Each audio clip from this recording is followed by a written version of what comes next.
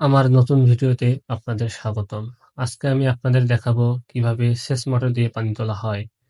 প্রথমে আমাদের সেচ মোটর ও টি সকেটটি ভালোভাবে মিলিয়ে বসাতে হবে। তারপর পানি দিয়ে সংযোগস্থল ভালোভাবে ভিজিয়ে নিতে হবে, যাতে করে কোনো জায়গা শুকনো না থাকে।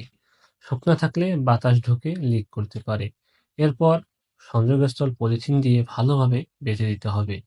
টিউব দিয়েও বাঁধা যায়, আমরা পলিথিন ব্যবহার করি। পলিথিন দিয়ে বাঁধতে সুবিধা হয়। পলিথিন অবশ্যই টাইট করে বাঁধতে হবে।